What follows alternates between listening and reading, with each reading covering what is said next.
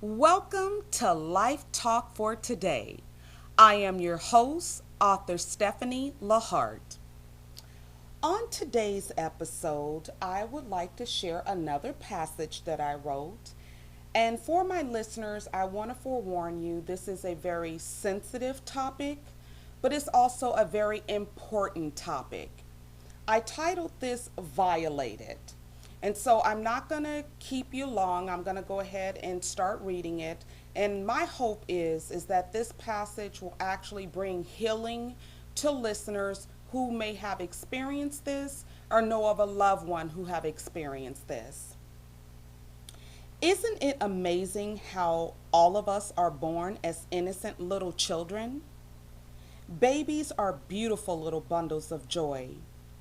As adults, we enjoy watching them grow and learn different things like learning how to crawl, taking their first steps, holding their bottle for the first time, feeding themselves, and all the other things that bring a big smile to our faces.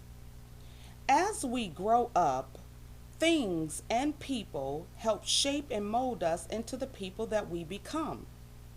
Sometimes in our lives, we become a victim of something that nobody should ever have to endure or experience. I'm talking about being violated. Many people have experienced some kind of violation in their lives. Now, it's a subject that nobody likes to discuss because of the shame. But let's get one thing straight. Don't blame yourself for what happened to you. You were taken advantage of by somebody who knew better, and they had no right to do what they did. Period. So many people go through life living with the shame of what happened to them. It's not fair to you that you have to live your life with emotional and mental scars. In some severe cases, people have physical scars depending on what took place.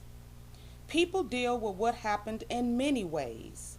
Some choose to suppress it and act as if it never happened because they don't want to face the fact that something like this happened to them.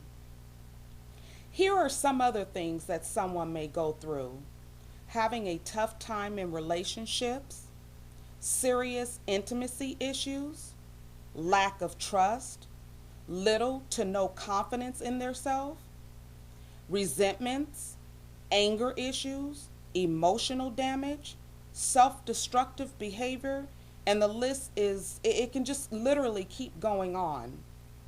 You were robbed of your innocence. Some people are open about what happened, but there are still a large percentage of people who never discuss it. Molestation and rape is absolutely not your fault. You don't have anything to be ashamed of.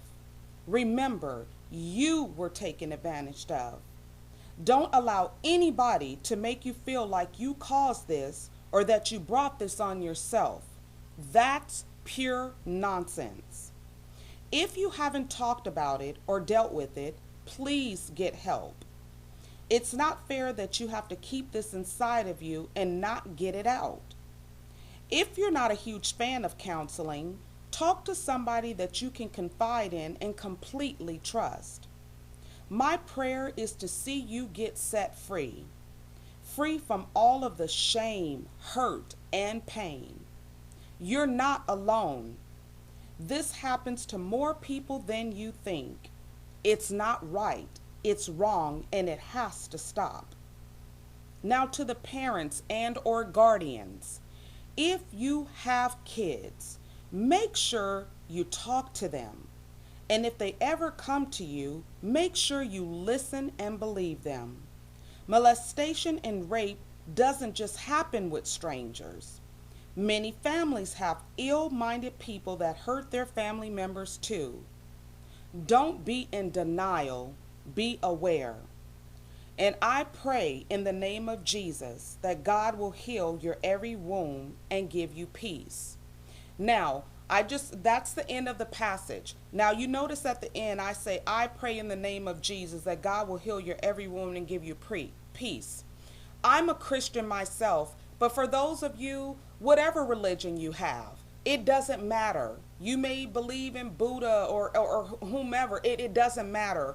My sole purpose for writing this passage is to help people heal, to remind you and let you know that you're not alone, and also to so you can fully understand that you don't have anything to be ashamed of. But the most important thing, if you haven't gotten help, if you haven't, spoken to someone about this, I would strongly encourage that you take that first step so that you can start healing. Well, that's it for my show for today. Like I stated, this was going to be a sensitive topic, but as an author and as a speaker, I know that this is also a very important topic. So until next time, I am author Stephanie Lahart, wishing you a pleasant day.